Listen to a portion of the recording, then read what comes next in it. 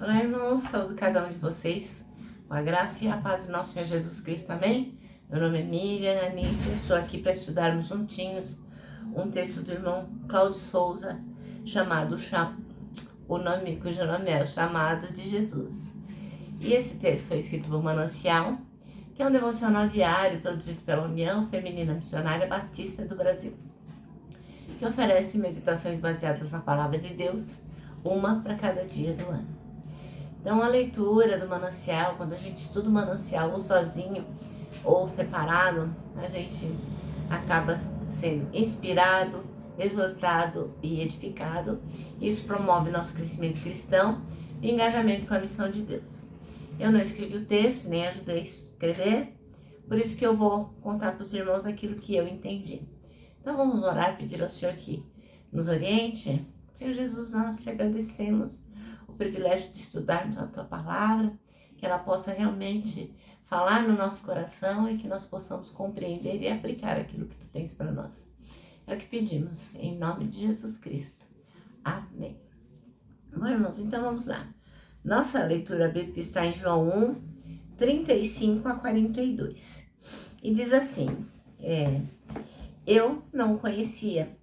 Aquele, entretanto, que me enviou batizar com água me disse, aquele sobre quem vires descer e permanecer o Espírito, esse é o que batiza com o Espírito Santo. E eu, de fato, testifico que este é o Filho de Deus. No dia seguinte, João estava outra vez na companhia de 2 dos seus discípulos. E observando que Jesus passava, disse, eis o Cordeiro de Deus.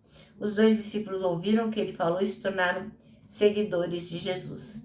Então, Jesus, voltando-se e vendo que os 2 o seguiam, disse-lhes, que estáis procurando? E eles disseram, Rabi, que quer dizer mestre, onde estás hospedado? E Jesus disse, vinde e vede. Eles foram e viram onde Jesus estava morando e ficaram com ele naquele dia, sendo isso por volta da hora 10ª. Nós vamos até o 42.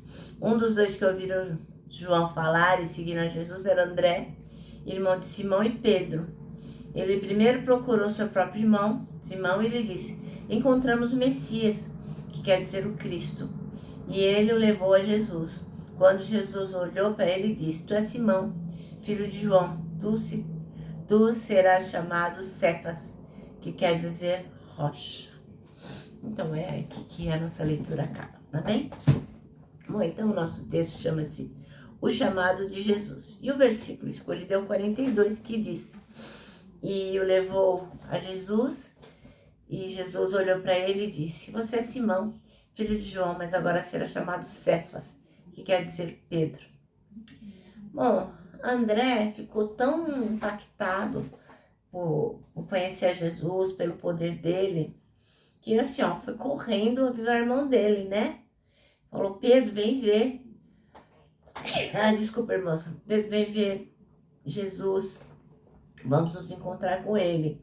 E no versículo 41, ele diz assim, ele encontrou primeiro o seu próprio irmão Simão, a quem disse, achamos o Messias. Bom, dizem por aí, né, que santo de casa não faz milagres. E assim, muita gente fala isso e ele se aplica a muitas coisas realmente. Mas ele não se aplica, esse adágio popular, ele não se aplica ao contexto bíblico, né? Porque se a gente for contextualizar a palavra de Deus, André está contrariando o ditado que diz santo da casa não faz milagre, né? Ele, na verdade, a primeira pessoa que ele foi chamar foi o irmão dele, né? Isso faz com que a gente pense o quê? Que a gente não deve perder tempo. A gente primeiro precisa logo falar para as pessoas da nossa família sobre o poder de Deus. Então, falar de Jesus na nossa família é o nosso primeiro campo missionário. Afinal, né, que adianta ganhar o mundo inteiro para Jesus e a família da gente não se salvar, né? Então, a gente pelo menos tem que fazer a nossa parte para que eles tenham a oportunidade de ouvir falar do Mestre. A gente tem que seguir o exemplo de André, que foi uma boa prática, né? Ele nos ensinou a falar primeiro para a família da gente, né? Ele foi lá e contou para o Pedro as boas novas do Evangelho. E é o que nós temos que fazer, levar as boas novas para a nossa família, levando a nossa família aos pés de Jesus. Para quê? Para a salvação e para levá-la também a fazer parte da Igreja de Deus, né? Foi isso que o André fez. E com relação a Pedro, né? Ele ficou assim, foi um dos discípulos Mega Master Plus, né? Porque Jesus olhou para ele e falou: olha, você é Simão, mas você vai se tornar Cefas. E o Simão, ele é conhecido como uma pessoa super intempestiva, faladora, né, questionadora, inconstante. Mas, segundo aqui o pastor Cláudio, Cefas quer dizer pedaço de. Há controvérsias, né, porque as pessoas dizem que Cefas quer dizer pedra.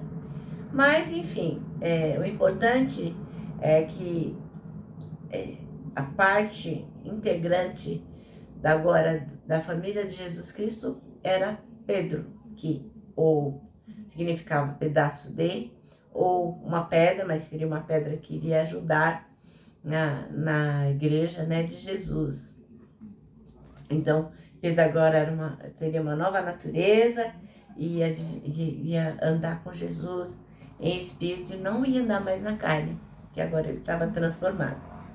Então, Pedro era um homem com um temperamento muito forte, aqueles que não levam desaforo para casa, cheio de altos e baixos, né? E nem sempre é prudente ser assim.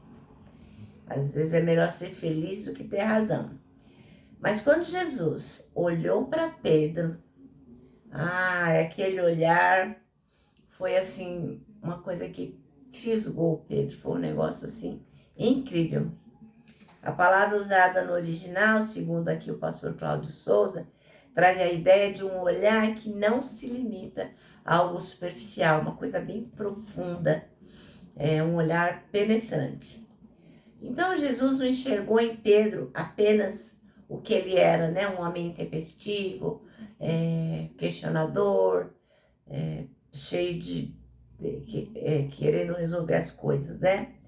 Mas ele olhou para Pedro e enxergou nele um homem que iria se tornar, segundo a graça de Jesus Cristo, um homem de Deus, né? Porque a obra que Jesus operou nele é a mesma que ele opera em nós, né? Deus é o mesmo, ontem, hoje e sempre. Isso quer dizer, a obra que Jesus fez no irmão Pedro e a que faz em nós é o quê? Completa e transformadora. Amém? Bom, nosso manancial termina assim, ó. Deus o conhece muito bem e nada pode frustrar o plano dele em sua vida. Bom, irmãos, agora eu vou terminar, né? Deixando um abraço de urso, ó. Lembrando que para nós que já ouvimos o chamado de Jesus, o abraço da Super Mega, certo? E quero que vocês se lembrem também do nosso versículo, né? Está em 1 Tessalonicenses 5:9, que é a razão de Jesus nos chamar. Que o nosso versículo diz assim: porque Deus não nos destinou para a ira, mas para recebermos a salvação por meio do nosso Senhor Jesus Cristo. Olha que maravilha, né, irmãos? Agora sim, eu me despeço com a frase do ano, que é: não tema, Deus já está lá.